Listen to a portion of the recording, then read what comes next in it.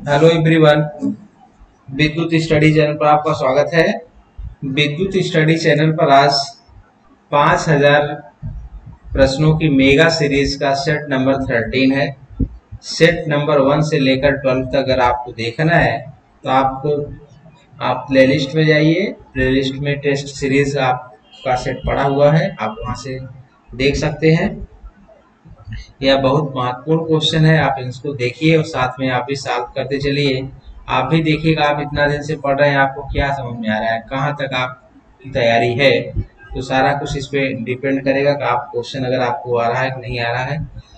तो साथ में आप भी सॉल्व करिए। चलिए स्टार्ट करते हैं। हम फर्स्ट क्वेश्चन है, डीसी मोटर स्टार्टर में ओएलसी जिसको आप बोलते हैं ओवरलोड क्वाइल जुड़ी होती है। तो कैसे जुड़ी होती है वो आपको बताना है। पहला ऑप्शन है मोटर के समांतर में, दूसरा सप्लाई के श्रेणी में, तीसरा सप्लाई के समांतर में, चौथा एनबीसी के समांतर में। तो बताइए आपका कौन सा होगा। चलिए इसका ऑप्शन हम आपको बता रहे हैं, इसका ऑप्शन सही है सप्लाई के श्रेणी में। ओएलसी का मतलब होता है, थोड़ा सा डिटेल इसमें बता दे रहे हैं आपको। देखिए ओएलसी का मतलब होता है ओवरलोड क्वाइल। ओवरलोड क्वाइल, ओएलसी का मतलब है ओवरलोड क्वाइल। अब ये ओवरलोड क्वाइल क्यों लगाते हैं, इसको पहले जान लीजिए। ओवरलोड क्वाइल कैसे होती है। ओवरलोड क्वाइल जो आपकी होती है मोटे तार तथा कम टर्न की होती है। मोटे तार कम टर्न, ठीक। अब यहाँ आपके इसको लगाते क्यों है, तो जो हमारी ओवरलोड क्वाइल है या हमारे मोटर को ओवरलोड प्रोटेक्शन से बचाती है। ओवरलोड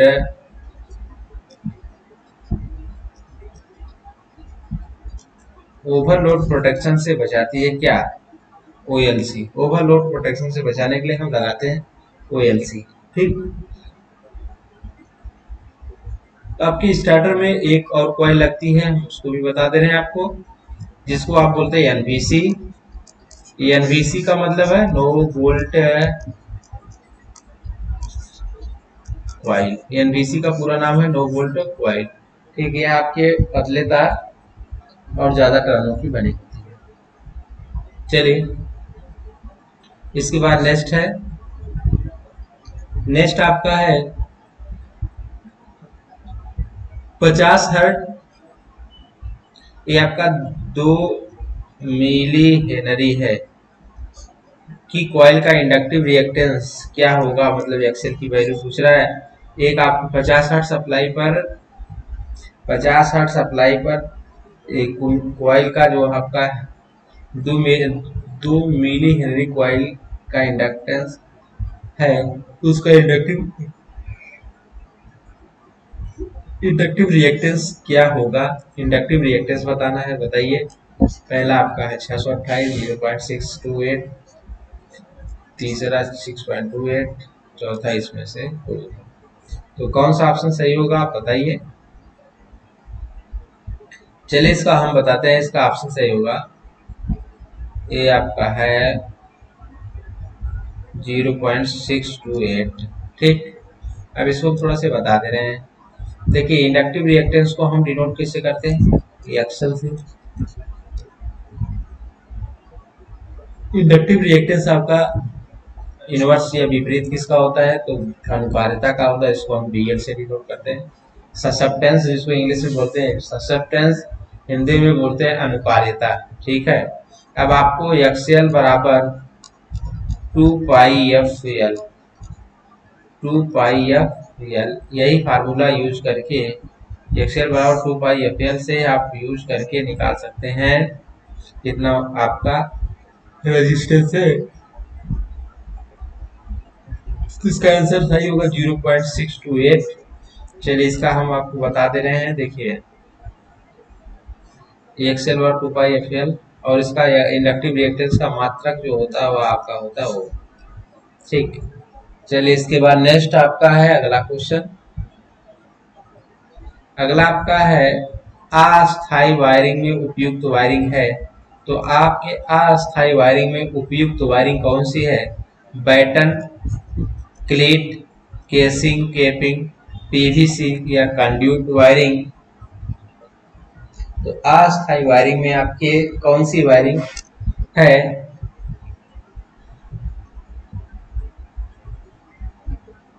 चलिए इसका हम आंसर बता रहे हैं। अस्थायी वायरिंग में उपयुक्त वायरिंग का आंसर जो है आपका क्लीट वायरिंग।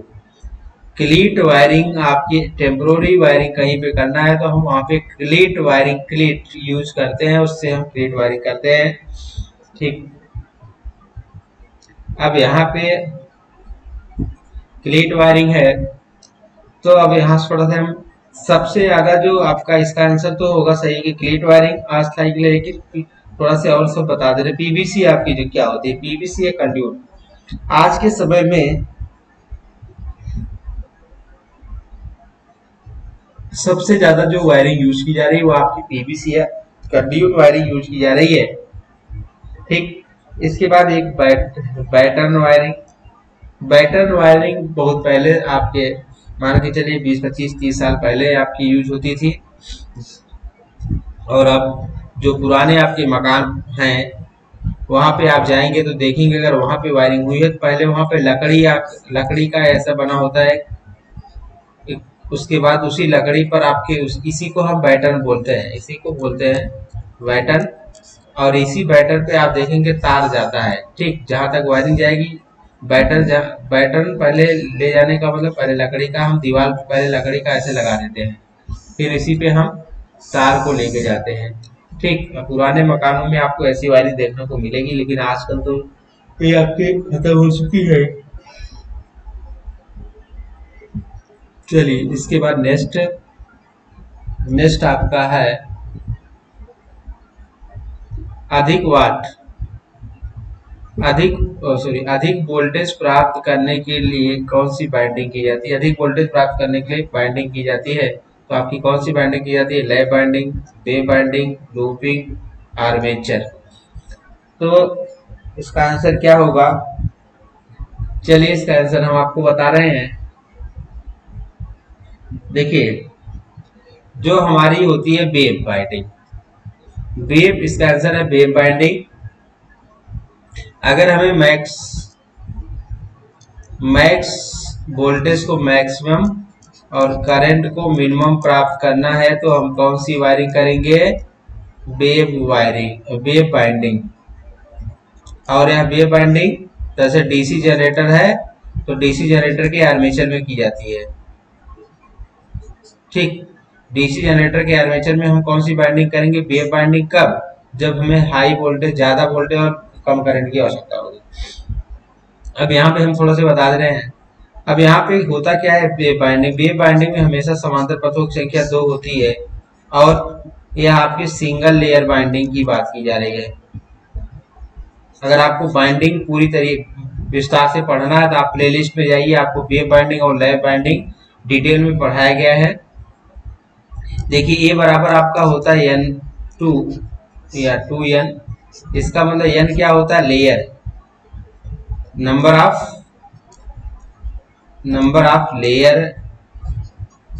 ऑफ लेयर का मतलब जितने आपकी लेयर की संख्या होगी। अगर लेयर की संख्या 3 होगी तो समांतर पथों की संख्या 6 हो जाएगी। 4 होगी लेयर की संख्या, समांतर पथों की संख्या 8 हो जाएगी। ठीक है, अब जब वेव बाइंडिंग आ गई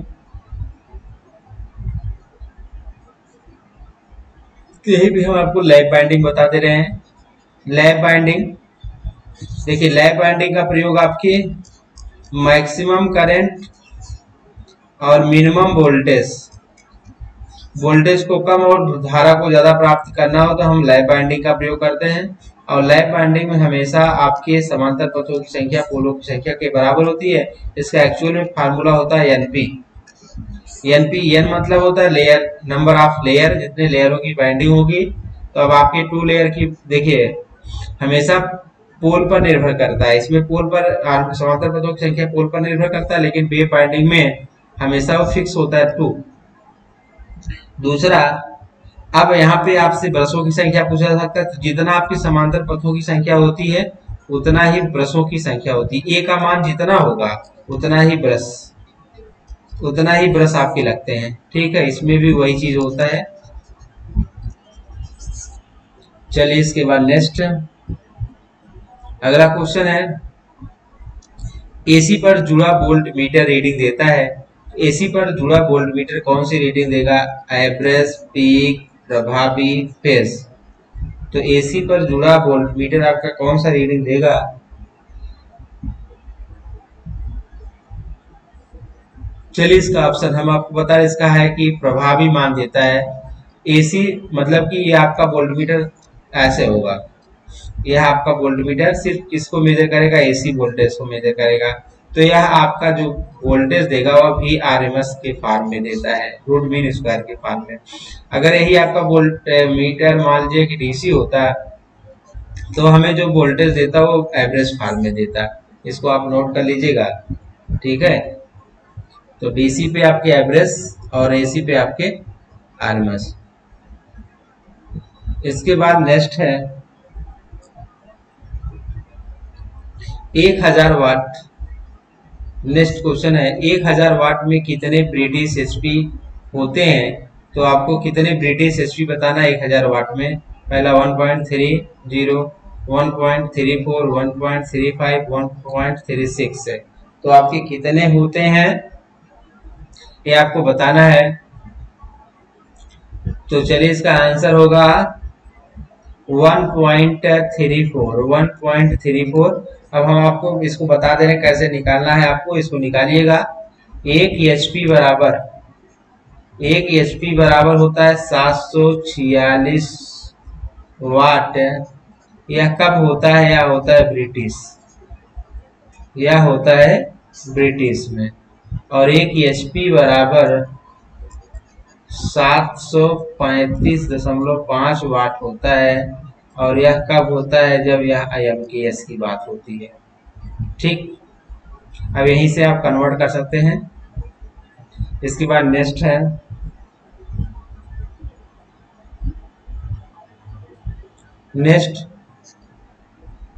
नेक्स्ट में देखिए क्वेश्चन लिखा गया है 960 ओम प्लस माइनस 3%। ठीक है, तो इसका बताना है कि प्रतिरोध का रंग निर्धारण करता है। 960 ओम प्लस माइनस 3% आपकी किस प्रतिरोध का रंग निर्धारण करेगा? पहला, दूसरा, तीसरा और ये चौथा है। ठीक है, तो आप किसका रंग निर्धारण करेगा?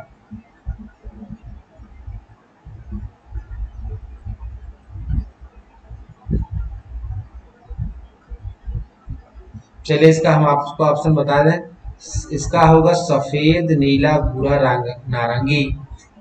इसके लिए हम कई बार आपको कई लेक्चरों में पढ़ाए हैं कैसे आप कलर को डिकोड करेंगे, कैसे निकाला जाता है रेजिस्टेंस को। तो फिर आप लेक्चर को देखिए जाके प्लेलिस्ट में, रेजिस्टेंस के रिलेटेड इसमें आपको मिल जाएगा कैसे निकाला गया है।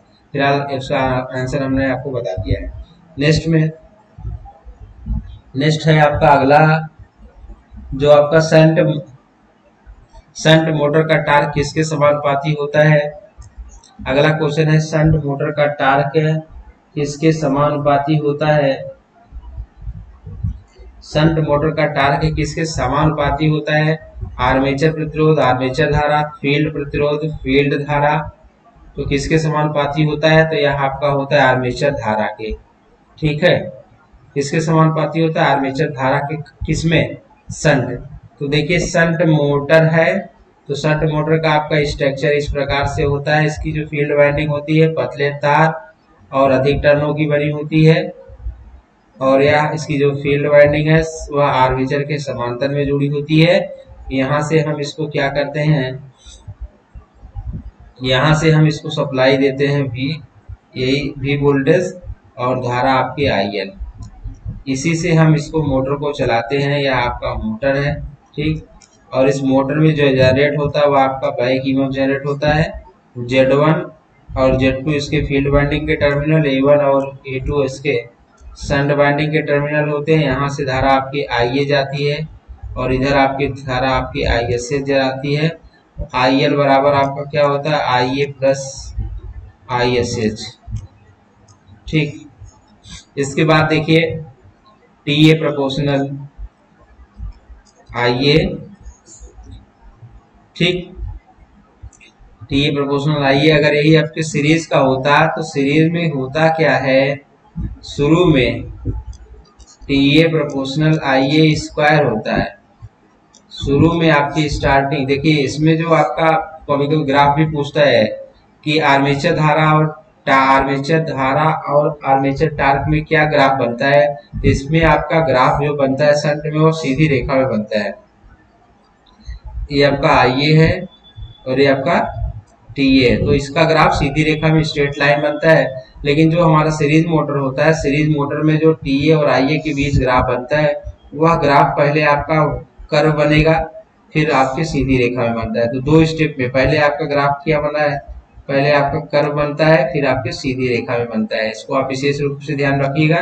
तो पहले आपके TA प्रोपोर्शनल IA स्क्वायर संबंध होता है, बाद में फिर आप सैचुरेशन की बात की स्थिति में TA प्रोपोर्शनल IA हो जाता है। ठीक है, चलिए इसके बाद नेक्स्ट है, नेक्स्ट आपका है देखिए AC में फॉर्म फैक्टर का अनुपात क्या होता है। पहला है आर शिखर अपान प्रभावी, प्रभावी अपान शिखर, प्रभावी अपान औसत, औसत अपान प्रभावी। ठीक, तो बताइए इसका क्या होगा आपका।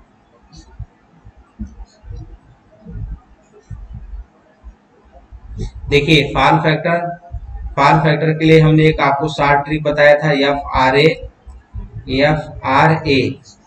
F का मतलब फॉर्म फैक्टर, R का मतलब आरएमएस, A का मतलब एवरेज। ठीक, आरएमएस अपान एवरेज। फॉर्म फैक्टर बराबर क्या हो जाएगा, आरएमएस अपान एवरेज। आरएमएस अपान एवरेज मतलब प्रभावी अपान औसत। ये आपका 3 नंबर सही हो जाएगा। ठीक, और पीक फैक्टर के लिए हमने फार्मूला बताया PMR। PMR का मतलब P मतलब पीक फैक्टर, M का मतलब मैक्सिमम अपान आरएमएस वैल्यू। ठीक, इसके बाद नेक्स्ट है, इसके बाद आपका नेक्स्ट है एक शुद्ध इंडक्टिव परिपथ में पावर फैक्टर का मान होता है।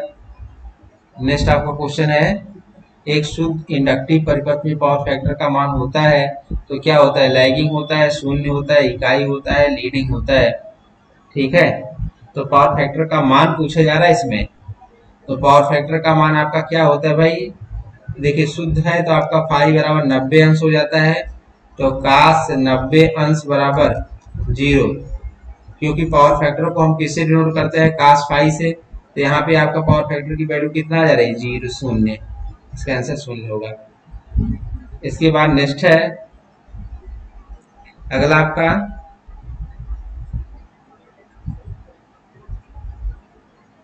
अर्थिंग तार का आकार होता है। अर्थिंग तार का आकार होता है, आपको अर्थिंग तार का आकार बताना है। देखिए अर्थिंग तार का आपको आकार बताना है, इसमें हम थोड़ा सा आपको करेक्ट कर दे रहे हैं। करेक्ट करना ये है कि जो इसका दिया है ये आपका 6SWG है। दूसरा ऑप्शन है आपका 7SWG। तीसरा ऑप्शन है आपका 8SWG। डी ऑप्शन है 10SWG। ठीक, तार का आपको बताना है अर्थिंग तार का आकार कैसा होता है। तो इसका आकार होता है, हम बता दे रहे हैं आपको 8SWG। 8SWG 8SWG का मतलब क्या होता है, स्टैंडर्ड वायर गेज। SWG का मतलब है स्टैंडर्ड वायर गेज। ठीक है, चलिए इसके बाद नेक्स्ट हम आपको बता रहे हैं, आपका नेक्स्ट क्वेश्चन है, निम्न में से उच्च धारण शक्ति वाला पदार्थ है। उच्च धारण शक्ति वाला पदार्थ है तो आपके कौन सा है, तांबा है, नर्म लोहा, फौलाद, सिलिकॉन, स्टील। तो आपके ऑप्शन कौन सा सही होगा? इसमें है आपका ऑप्शन सही फौलाद। ठीक,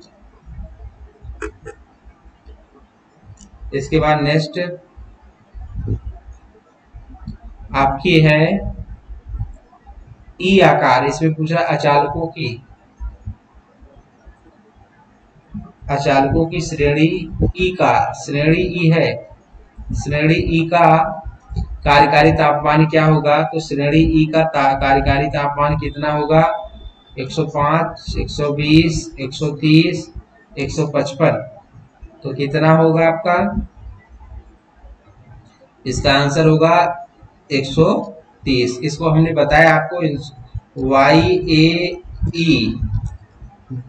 YAEBFHC, इसी के बेस पे इस पे आपका स्टार्ट किया जाता है।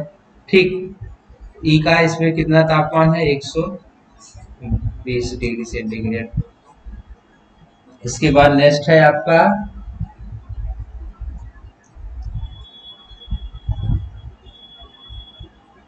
क्वेश्चन है, टावर पर कार्य करते समय निम्न में से क्या प्रयोग करना आवश्यक है? टावर पर कार्य करते समय निम्न में से क्या प्रयोग करना आवश्यक है? प्लायर, दस्ताने, सुरक्षा पेटी, हेल्पर। तो टावर पे कार्य करते समय क्या आपको आवश्यक है? प्लायर, दस्ताने, सुरक्षा पेटी, हेल्पर।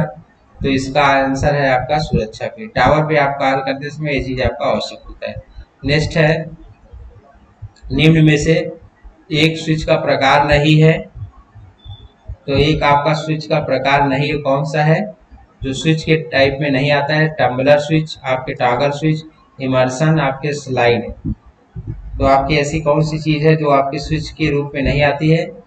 तो वह आपका ऑप्शन है, देखिए टम्बलर स्विच है, टॉगल स्विच है, आपकी स्लाइड स्विच भी होती है, इमर्सन यही है जो कि आपके स्विच का प्रकार नहीं है। इसके बाद नेक्स्ट क्वेश्चन है, डीसी मोटर स्टार्टर से प्रतिरोध जुड़े होते हैं। डीसी मोटर स्टार्टर में प्रतिरोध जुड़े होते हैं। अब इसका ऑप्शन हम आपको दिखा रहे हैं, प्रतिरोध आपके कैसे जुड़े होते हैं। प्रतिरोध देखिए, आर्मेचर के समांतर में, फील्ड के श्रेणी में, आर्मेचर के श्रेणी में, फील्ड के समांतर में। इसका आंसर कौन सा सही होगा? इसका आंसर सही होगा आर्मेचर के श्रेणी में जुड़े होते हैं। नेक्स्ट, कैपेसिटर, कैपेसिटेंस का प्रतीक क्या होता है? कैपेसिटेंस का प्रतीक क्या होता है?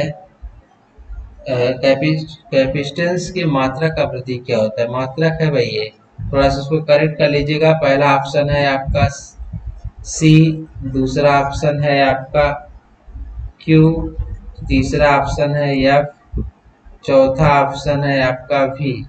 तो आपकी कैपेसिटेंस की मात्रा का प्रतीक क्या होता है? फैराड होता है। कैपेसिटेंस की मात्रा का प्रतीक क्या होगा? फैराड होगा। इसके बाद एक हेनरी बराबर क्या होता है? इसका आपको बताना है।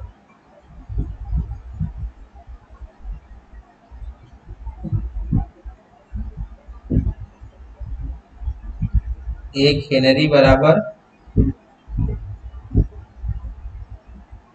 इसमें आपको एक हेनरी बराबर बताना है क्या होता है? फैराड प्रति वोल्ट, वोल्ट प्रति कूलम, वोल्ट प्रति हेनरी, ठीक, और वोल्ट कूलम प्रति वोल्ट।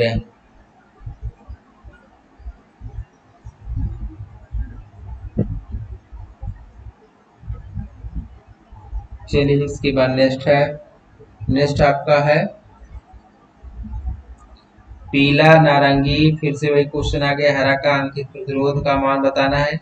इसको भी हमने आपको बताया है, ठीक है, इसको आप जाके लगाइएगा क्या होगा। इसको हम 4300 आपका है के, ये आपका 4300 के ओम है, 5% है।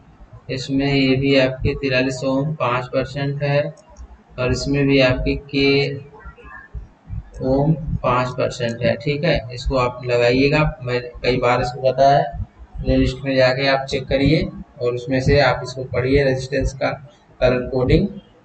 नेक्स्ट, आर्मेचर का प्रतिरोध सामान्यतः होता है, तो आपका आर्मेचर का प्रतिरोध सामान्यतः होता है, देखिए आर्मेचर का प्रतिरोध क्या होना चाहिए, 1000, 10, 100 किलो ओम, 1 ओम। चलिए इसका ऑप्शन सही है, 1 ओम। ठीक है, और इसके बाद एक वैद्युत की वायरिंग में गंभीर शॉर्ट सर्किट होने पर मेगर क्या प्रदर्शित करेगा, तो शॉर्ट सर्किट होने पर मेगर क्या प्रदर्शित करेगा, 0 मेगा ओम, अनंत, 500, 1 मेगा ओम। तो इसका आंसर आपका 0 हो जाएगा। शॉर्ट सर्किट में 0 प्रदर्शित करेगा, ओपन सर्किट में आपके इनफाइनाइट। इसके बाद नेक्स्ट है, एक इंडक्टर में निम्न में से किसका विरोध करता है, इंडक्टर आपकी धारा परिवर्तन का, लोड परिवर्तन का, वोल्टेज का, समय का। तो इंडक्टर आपकी किसका विरोध करता है, धारा परिवर्तन। कुंडली हमेशा किसका विरोध करती है, धारा परिवर्तन का। कुंडली चाहती है कि उसके अंदर से कांस्टेंट मान की धारा प्रवाहित हो। इसके बाद नेक्स्ट है, अगला क्वेश्चन है आपका, शुद्ध प्रतिरोधी परिपथ में पावर फैक्टर का मान क्या होता है, तो शुद्ध प्रतिरोधी परिपथ में पावर फैक्टर का मान आपके शून्य होगा, इकाई होगा, लैगिंग होगा, लीडिंग होगा। शून्य शुद्ध प्रतिरोधी परिपथ में पावर फैक्टर का मान आपका क्या होगा, तो पावर फैक्टर का मान आपका होता है इकाई। ठीक, इसको हम एसी सर्किट में आपको पढ़ाए हैं। बैटरी की एम्पीयर क्षमता क्या होती है, तो बैटरी की जो क्षमता होती है एम्पियर में होती है, एम्पियर प्रति घंटे में होती है, एम्पियर घंटे में होती है, एम्पियर वाट में होती है।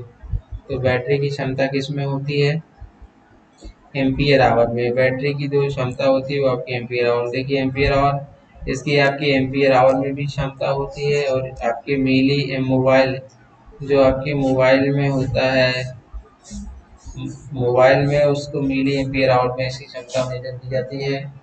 ठीक है, इसके बाद नेक्स्ट है, गतिज विद्युत वाहक प्रेरित विद्युत वाहक बल का सूत्र है, तो आपका क्या होता है सूत्र, देखिए सूत्र को हम थोड़ा सा करेक्ट कर दे रहे हैं, इसमें ऑप्शन थोड़ा सही नहीं दिया है। BLV, इसमें आपका है BLV साइन थीटा, पहला ऑप्शन है। दूसरा ऑप्शन है KVL, तीसरा ऑप्शन है KVI साइन थीटा, चौथा ऑप्शन है आपका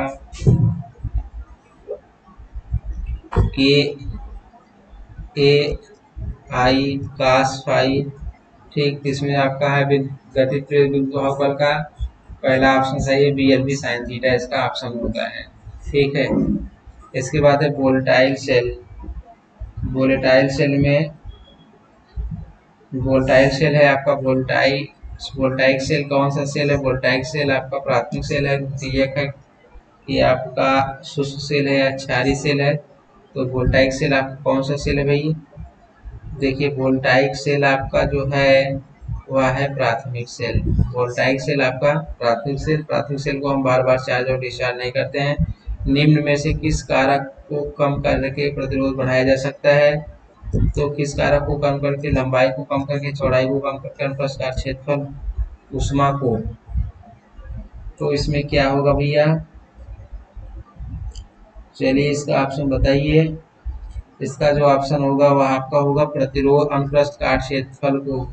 ठीक, इसके बाद है 250 वाट 250 वोल्ट वाले लाइन का प्रतिरोध कितना होगा, तो आपको फार्मूला बताया गया है, P/V² से आपको निकालना है। 25 ओम, 250, 1 ओम, 625 ओम। इसका आंसर जो आपका होगा 250 ओम। कैपेसिटर का कैपेसिटिव रिएक्टेंस विलोमानुपाती होता है, कैपेसिटर का कैपेसिटिव रिएक्टेंस विलोमानुपाती होता है वोल्टेज का, धारा के, फ्रीक्वेंसी का, प्रतिरोध का। तो आपके यहाँ होता है किसका भैया, फ्रीक्वेंसी का।